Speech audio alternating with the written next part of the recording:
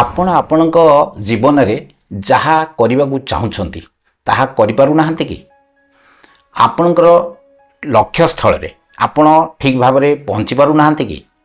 ଏହା ସତ୍ୟ ନା ଆପଣ ଆପଣଙ୍କର ଜୀବନର ଲକ୍ଷ୍ୟକୁ ଠିକ୍ ଭାବରେ ନିର୍ଦ୍ଧାରଣ କରିପାରି ନାହାନ୍ତି? ଏହା ସତ୍ୟ। ଜୀବନର ଲକ୍ଷ୍ୟ କାହିଁକି ଠିକ୍ ଭାବରେ ନିର୍ଦ୍ଧାରଣ କରିବା ଉଚିତ ଏହା ଆପଣ ଜାଣନ୍ତି କି? ନମସ୍କାର, ମୁଁ ଶ୍ରୀଧର ଚନ୍ଦ୍ର ପଣ୍ଡା ଆପଣମାନଙ୍କୁ ପୁଣି ଥରେ ସ୍ୱାଗତ କରୁଛି ମୋର ଚ୍ୟାନେଲ ଡିଜିଟାଲ ସକ୍ସେସ୍ ପଏଣ୍ଟକୁ। ଡିଜିଟାଲ ସକ୍ସେସ୍ ପଏଣ୍ଟରେ ଆମେମାନେ କଥା ହୁଅନ୍ତି ଆମ ଜୀବନ ଧାରଣର ଶୈଳୀକୁ ଆମେ କିପରି ଉନ୍ନତ କରିପାରିବା, ଆମ ଜୀବନର ଲକ୍ଷ୍ୟକୁ ଆମେ କିଭଳି ହାସଲ କରିପାରିବା। ଗଳ୍ପ ନୁହେଁ, ସାଧାରଣ। ଏହା ହେଉଛି ଆପଣଙ୍କର ପ୍ରେରଣାର ଶକ୍ତି। ଡିଜିଟାଲ ସକ୍ସେସ୍ ପଏଣ୍ଟ ଆପଣଙ୍କର ସଫଳତାର ସାଥୀ। ଆଜି ଆମେ ଆଲୋଚନା କରିବା ଜୀବନର ଲକ୍ଷ୍ୟକୁ ଆମେ କିଭଳି ଠିକ୍ ଭାବରେ ନିର୍ଦ୍ଧାରଣ କରିପାରିବା। ଏହି ଭିଡ଼ିଓ ଆପଣଙ୍କ ଜୀବନର ମୋଡ଼ ବଦଳାଇ ଦେଇପାରେ। କାହିଁକି ନା ଜୀବନର ଲକ୍ଷ୍ୟର ସେହି ଶକ୍ତି ରହିଛି ଯାହା ଜଣେ ସାଧାରଣ ମଣିଷକୁ ଅସାଧାରଣ କରିଦେଇପାରେ। ତେବେ ଆସନ୍ତୁ ଡେରି ନ କରି ଏହାର 7ଟି ନିୟମ ବିଷୟରେ ଆମେ ଆଜି ଜାଣିବା। Number 1, start dreaming. ସ୍ୱପ୍ନ ଦେଖନ୍ତୁ ଏବଂ ଧୈର୍ଯ୍ୟ ଧରନ୍ତୁ। ସ୍ୱପ୍ନ ଦେଖନ୍ତୁ, ବଡ଼ ସ୍ୱପ୍ନ ଦେଖନ୍ତୁ। କାହିଁକି ନା ସ୍ୱପ୍ନ ହେଉଛି ସେହି ମଞ୍ଜି ଯେ ସଫଳତାର ଏକ ବିରାଟ ବୃକ୍ଷ ଛିଡ଼ା କରିବାର ଶକ୍ତି ରଖିଥାଏ। କେବଳ ସ୍ୱପ୍ନ ଦେଖିଦେଲେ ତ ହେବ ନାହିଁ, ସେଥିପାଇଁ କାମ କରିବାକୁ ପଡ଼ିବ। କିଛି ଲୋକ ସ୍ୱପ୍ନ ତ ଦେଖନ୍ତି କିନ୍ତୁ କାମ କରନ୍ତି ନାହିଁ। ଯେଉଁ କିଛି ଲୋକ କାମ କରନ୍ତି ସେମାନଙ୍କର ମଧ୍ୟ ଧୈର୍ଯ୍ୟ ଅଭାବରୁ ସେମାନେ କାମକୁ ଅଧାରେ ଛାଡ଼ି ଦେଇଥାନ୍ତି। ଦେଖନ୍ତୁ, ଜଣେ ଚାଷୀ ଯେତେବେଳେ ତାର ଜମିକୁ ଭଲ ଭାବରେ ହଳ କରୁଛି ଏବଂ ବିହନ ବୁଣି ଦେଉଛି, ତାପରେ କ'ଣ ବିହନରୁ ସାଙ୍ଗେ ସାଙ୍ଗେ ଗଜା ହେଇଯାଉଛି? ନୁହେଁ ତ। ଯେତେବେଳେ ପାଗଯୋଗ ଠିକ୍ ହେଉଛି, ଖରା ବର୍ଷା ଠିକ୍ ଭାବରେ ହେଉଛି, ତାପରେ ଯାଇ ବିହନରୁ ଗଜା ଉଠିବା ଆରମ୍ଭ ହେଉଛି। କିନ୍ତୁ ସେ ପର୍ଯ୍ୟନ୍ତ ଚାଷୀକୁ ଧୈର୍ଯ୍ୟ ଧରି ରହିବାକୁ ପଡ଼ୁଛି କି ନାହିଁ? ତେଣୁ ଆମେ ସ୍ୱପ୍ନ ଦେଖିଦେଉଛେ, କାମ ଆରମ୍ଭ କରିଦେଉଛେ, କିନ୍ତୁ ଆମର ଧୈର୍ଯ୍ୟ ନାହିଁ। ଫଳାଫଳକୁ ଆମେ ସାଙ୍ଗେ ସାଙ୍ଗେ ଚାହୁଁଛେ। ଆମେ ଭାବୁଛେ ଯେ ସାଙ୍ଗେ ସାଙ୍ଗେ ଫଳାଫଳ ଆସିଯିବ, ଆମକୁ ମିଳିଯିବ। କିନ୍ତୁ ପ୍ରକୃତରେ ଚାଷୀ ଭଳି ଧୈର୍ଯ୍ୟ ଧରିବା ମଧ୍ୟ ଆବଶ୍ୟକ। Rule number 2, visualisation and deadline. ଆପଣ ଆପଣଙ୍କ ଜୀବନର ଲକ୍ଷ୍ୟକୁ କିଭଳି ଭାବରେ ଦେଖୁଛନ୍ତି? ଦେଖନ୍ତୁ, ସ୍ୱପ୍ନ ଆମେ ଯାହା ଦେଖୁଛେ ସେ ସ୍ୱପ୍ନ ବିଷୟରେ ଆମର ପୂର୍ବତନ ରାଷ୍ଟ୍ରପତି ଡକ୍ଟର ଅବଦୁଲ କାଲାମ କହିଛନ୍ତି ଯେ ସ୍ୱପ୍ନ ତାହା ନୁହେଁ ଯାହା ଆମେ ନିଦରେ ଶୋଇଥିବା ଅବସ୍ଥାରେ ଦେଖିଥାଉ। ସ୍ୱପ୍ନ ତାହା ଅଟେ ଯାହା ଆମ ଆଖିରୁ ନିଦ ହଜାଇ ଦେଇଥାଏ। ତେଣୁ ଆପଣ ଆପଣଙ୍କର ଜୀବନର ଲକ୍ଷ୍ୟକୁ ଦେଖିପାରୁଛନ୍ତି କି? ଏହା ଆପଣ ହାସଲ କରିପାରିବେ ବୋଲି ବିଶ୍ୱାସ ମନରେ ଆସୁଛି କି? କ'ଣ ଆପଣ ଏହାକୁ ଶୋଇଥିବା ଅବସ୍ଥାରେ, ଜାଗ୍ରତ ଥିବା ଅବସ୍ଥାରେ, ବସିଥିବା ଅବସ୍ଥାରେ, ଚାଲୁଥିବା ଅବସ୍ଥାରେ ଅନୁଭବ କରିପାରୁଛନ୍ତି କି? ସେହି ଲକ୍ଷ୍ୟ ଆପଣଙ୍କ ମସ୍ତିଷ୍କରେ 24 ଘଣ୍ଟା ଚାଲୁଛି କି?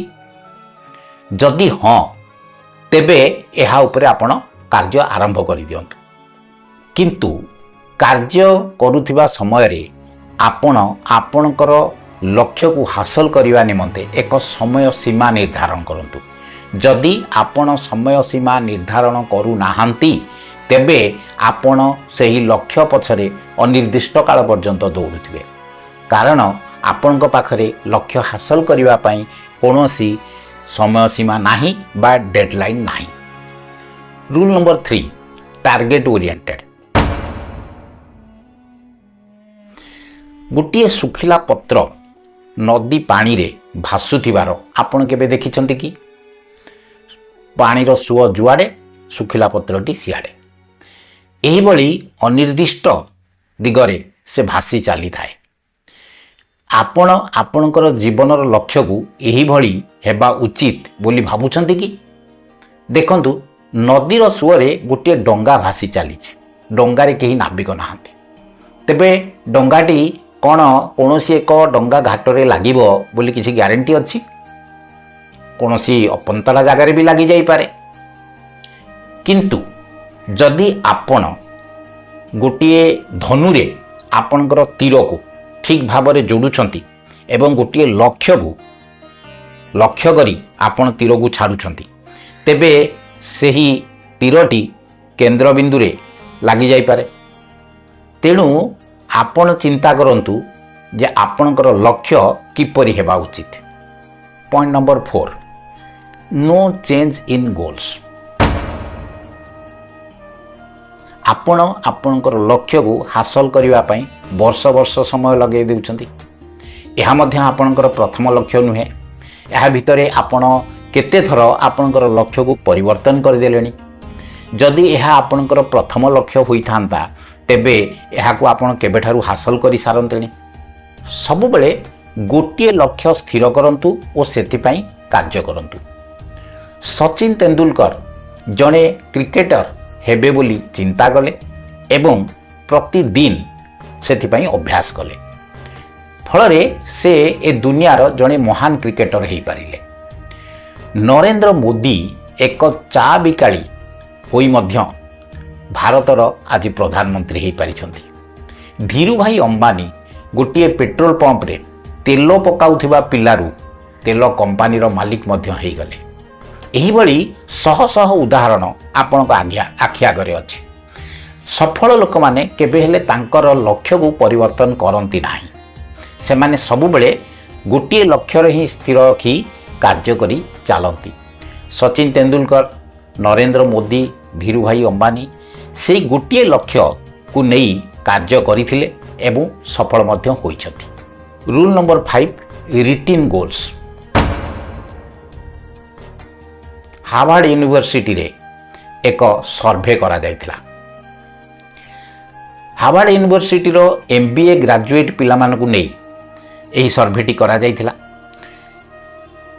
MBA ଗ୍ରାଜୁଏଟ୍ ପିଲାମାନଙ୍କୁ ପଚରାଯାଇଥିଲା ଯେ ଆପଣମାନେ ଆପଣଙ୍କର ଭବିଷ୍ୟତର ଯୋଜନା କ'ଣ କରିଛନ୍ତି? ଆପଣମାନେ ଆପଣଙ୍କର ଲକ୍ଷ୍ୟକୁ ସ୍ଥିର କରିସାରିଛନ୍ତି କି ଏବଂ ଲିଖିତ ଭାବରେ ଏହା ସ୍ଥିର କରିଛନ୍ତି କି? ମାତ୍ର 3% ପିଲା ସେମାନଙ୍କର ଲକ୍ଷ୍ୟ ସ୍ଥିର କରିସାରିଥିଲେ ଏବଂ ଲେଖିଥିଲେ ମଧ୍ୟ। 13% ପିଲାଙ୍କ ପାଖରେ ଯଦିଓ ସେମାନଙ୍କର ଲକ୍ଷ୍ୟ ଥିଲା, କିନ୍ତୁ ସେମାନେ ତାହା ଲେଖିନଥିଲେ।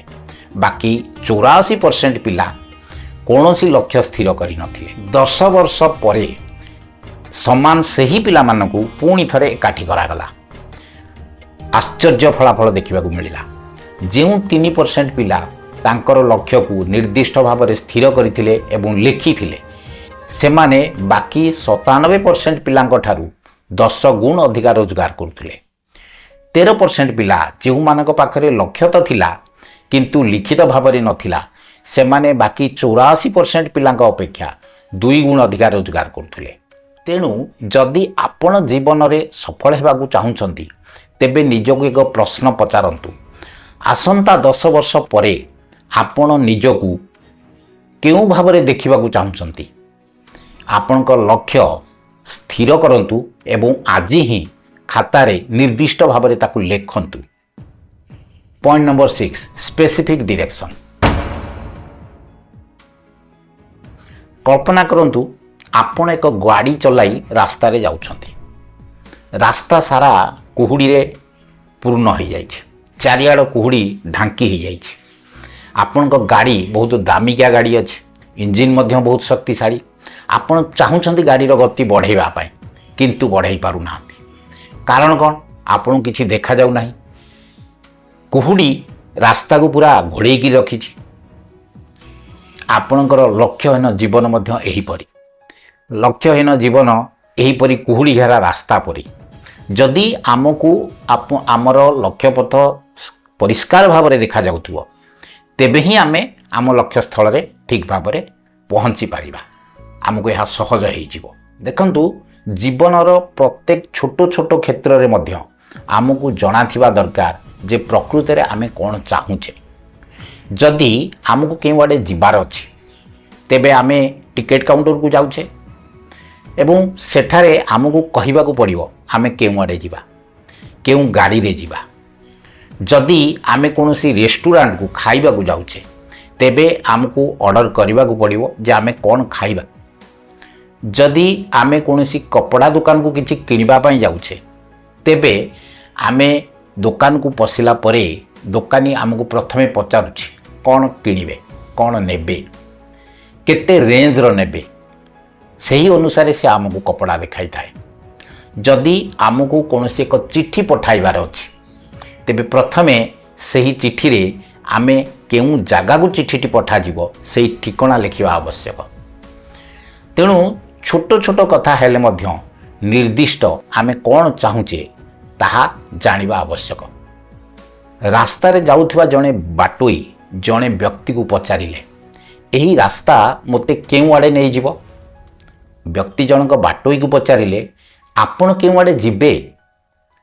ବାଟୋଇ ଜଣକ କହିଲା ମୋତେ ଜଣା ନାହିଁ। ବ୍ୟକ୍ତି ଜଣକ ବାଟୋଇକୁ କହିଲେ ତେବେ ଆପଣଙ୍କୁ କ'ଣ ଫରକ ପଡ଼ିବ, ଯେଉଁ ରାସ୍ତାରେ ଗଲେ ବି ଆପଣଙ୍କୁ କିଛି ଫରକ ପଡ଼ିବାର ନାହିଁ। ଦେଖନ୍ତୁ ରାସ୍ତା ତ ଆମକୁ କେଉଁଠି ନା କେଉଁଠି ପହଞ୍ଚେଇ ଦେବ, କିନ୍ତୁ ଫରକ ପଡ଼ିବ, ବହୁତ ବଡ଼ ଫରକ ପଡ଼ିବ। କାହିଁକି ନା ଯଦି ଆମର ଯେଉଁ ଜାଗାକୁ ଯିବାର ନାହିଁ ରାସ୍ତା ଆମକୁ ସେହି ଜାଗାରେ ପହଞ୍ଚେଇ ଦେଲା। ଦେଖନ୍ତୁ ଆମ ଭିତରୁ ଅଧିକାଂଶ ଲୋକ ହିଁ ଏହିଭଳି ସ୍ଥାନରେ ପହଞ୍ଚି ଯାଆନ୍ତି, କାରଣ ଆମ ଜୀବନର ନିର୍ଦ୍ଦିଷ୍ଟ ଭାବରେ କୌଣସି ଲକ୍ଷ୍ୟ ନାହିଁ। ଏଇଭଳି ଅନିର୍ଦ୍ଦିଷ୍ଟ ଭାବରେ ଆମେ ରାସ୍ତାରେ ଚାଲୁଛେ। ଯଦି ଭୁଲ ସ୍ଥାନରେ ଆମେ ପହଞ୍ଚିଗଲେ ତେବେ ଆମର ଜୀବନ ବୃଥା ହୋଇଯିବ। Rule number 7 determination. ଦେଖନ୍ତୁ ଯଦି ଆପଣଙ୍କର ଲକ୍ଷ୍ୟ ଦୃଢ଼ ରହିଛି ତେବେ ତାହା ଆପଣଙ୍କୁ ଆପଣଙ୍କର ଜୀବନ ରାସ୍ତାରେ ଚାଲିବା ପାଇଁ ସାହାଯ୍ୟ କରିବ। ଆପଣଙ୍କର ପାଦ ଟଳମଳ ହେବ ନାହିଁ। ଆପଣଙ୍କର ଦୃଢ଼ ଲକ୍ଷ୍ୟ ଆପଣଙ୍କୁ ଜୀବନରେ ହାର ମାନିବାକୁ ଦେବ ନାହିଁ। ଏହି ଦୃଢ଼ ସଂକଳ୍ପ ଅରୁଣିମା ସିହ୍ନା, ଯାହାର କି ଗୋଟିଏ ପାଦ ନାହିଁ, ତାଙ୍କୁ ପୃଥିବୀର ସର୍ବୋଚ୍ଚ ଶୃଙ୍ଗ ଏଭରେଷ୍ଟ ଉପରେ ପହଞ୍ଚେଇ ଦେଇଥିଲା। ଏହି ଦୃଢ଼ ସଂକଳ୍ପ ଶାହରୁଖ ଖାନ୍, ଯିଏ ଦିନେ ଫୁଟପାଥରେ ଶୋଇଥିଲେ, ତାଙ୍କୁ ଭାରତୀୟ ଫିଲ୍ମ ଇଣ୍ଡଷ୍ଟ୍ରିର କିଙ୍ଗ ଖାନ୍ କରେଇଦେଲା।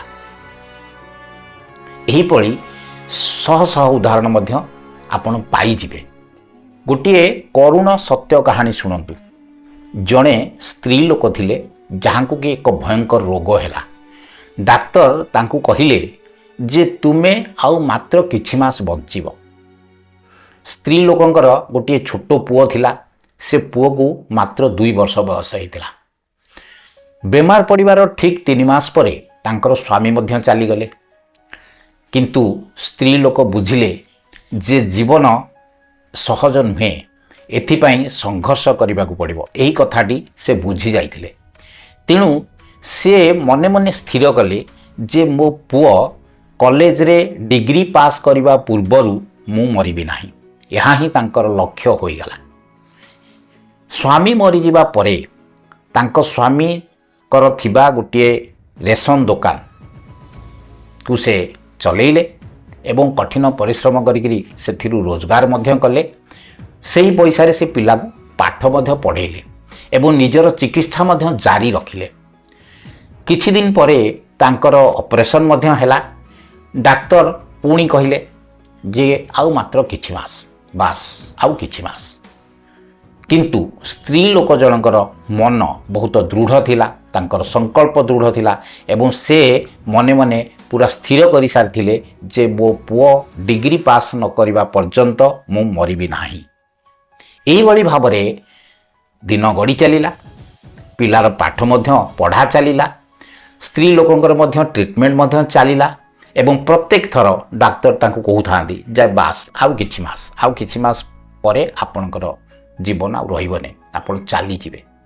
କିନ୍ତୁ ଦେଖନ୍ତୁ ସେ ସ୍ତ୍ରୀ ଲୋକ ଜଣକ ତାଙ୍କର ପୁଅର କଲେଜରେ ଡିଗ୍ରୀ ପାସ୍ ହେବା ଦେଖିଲେ ଏବଂ ପିଲାଟି ଡିଗ୍ରୀ ପାସ୍ କରିବା ପରେ କିଛି ସପ୍ତାହ ମଧ୍ୟରେ ସେ ସ୍ତ୍ରୀ ଲୋକ ମୃତ୍ୟୁବରଣ କଲେ। ଡାକ୍ତର କହିଥିବା କିଛି ମାସର ସମୟକୁ ସେ ନିଜର ଇଚ୍ଛାଶକ୍ତି ବଳରେ ବର୍ଷ ବର୍ଷ କରିଦେଇ ପାରିଲେ। ଏହା ହିଁ ହେଉଛି ଦୃଢ଼ ସଂକଳ୍ପର ଶକ୍ତି। ତେବେ ଆପଣ କ'ଣ ହେବାକୁ ଚାହୁଁଛନ୍ତି? ପାଣିରେ ଭାସୁଥିବା ସେହି ଶୁଖିଲା ପତ୍ର, କିମ୍ବା ଲକ୍ଷ୍ୟହୀନ ଭାବରେ ଭାସୁଥିବା ଡଙ୍ଗା, କିମ୍ବା ରାସ୍ତା ନ ଜାଣି ବା ନିର୍ଦ୍ଦିଷ୍ଟ ଲକ୍ଷ୍ୟ ନଥାଇ ସେହି ବାଟୋଇ, ବା ସେହି ତୀର ଯାହା ସିଧା ଲକ୍ଷ୍ୟ ଭେଦ କରୁଛି? ଦେଖନ୍ତୁ, ଜୀବନ ଆପଣଙ୍କର, ନିଷ୍ପତ୍ତି ମଧ୍ୟ ଆପଣଙ୍କର। ଯଦି ଭିଡ଼ିଓଟି ଆପଣଙ୍କୁ ଭଲ ଲାଗୁଛି ତେବେ ନିଶ୍ଚିତ ଭାବରେ ଏହାକୁ ଲାଇକ୍ କରନ୍ତୁ ଏବଂ ଅନ୍ୟମାନଙ୍କୁ, ଆପଣଙ୍କର ପ୍ରିୟଜନମାନଙ୍କୁ ଏହା ସେୟାର କରନ୍ତୁ, ଯେଉଁମାନେ କି ଜୀବନରେ ଆଗକୁ ଆଗେଇବାକୁ ଚାହୁଁଛନ୍ତି। ଯଦି ଏହିଭଳି ମୋଟିଭେସନାଲ୍ କଥା ଆପଣ ଶୁଣିବାକୁ ଚାହୁଁଛନ୍ତି ତେବେ ଡିଜିଟାଲ ସକ୍ସେସ୍ ପଏଣ୍ଟ ଚ୍ୟାନେଲକୁ ମଧ୍ୟ ସବସ୍କ୍ରାଇବ୍ କରନ୍ତୁ, ବେଲ୍ ଆଇକନ୍କୁ ଦବାନ୍ତୁ। ଫଳରେ ମୋର ଆଗାମୀ ଭିଡ଼ିଓ ଗୁଡ଼ିକ ଆପଣଙ୍କ ପାଖରେ ପ୍ରଥମେ ପହଞ୍ଚି ପାରିବ। ଖୁବ୍ ଶୀଘ୍ର ମୁଁ ଆଉ ଗୋଟିଏ କଥା ନେଇ ଆପଣଙ୍କ ଆଗକୁ ଆସିବି। ଭିଡ଼ିଓଟି ସମ୍ପୂର୍ଣ୍ଣ ଦେଖିଥିବାରୁ ଆପଣଙ୍କୁ ଅନେକ ଅନେକ ଧନ୍ୟବାଦ। ଭଗବାନ ଆପଣଙ୍କ ଜୀବନକୁ ସୁଖମୟ କରନ୍ତୁ, ଆପଣଙ୍କ ଲକ୍ଷ୍ୟ ଆପଣ ହାସଲ କରନ୍ତୁ। ଜୟ ଜଗନ୍ନାଥ।